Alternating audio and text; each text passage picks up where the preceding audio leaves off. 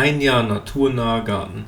Wir feiern ersten Geburtstag und wir, das sind all die Insekten und Lebewesen, bei denen sich die Veränderung dieser Fläche schon herumgesprochen hat.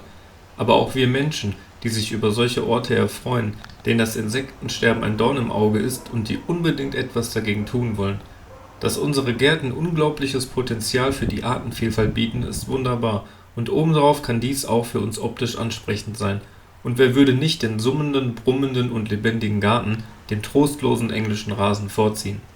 Ich freue mich schon jetzt auf die nächsten 12 Monate und viele tolle Erfahrungen und Erlebnisse in meinem grünen Wohnzimmer. Seid sehr gerne mit dabei und verfolgt die weiteren Entwicklungen auf meinem Profil.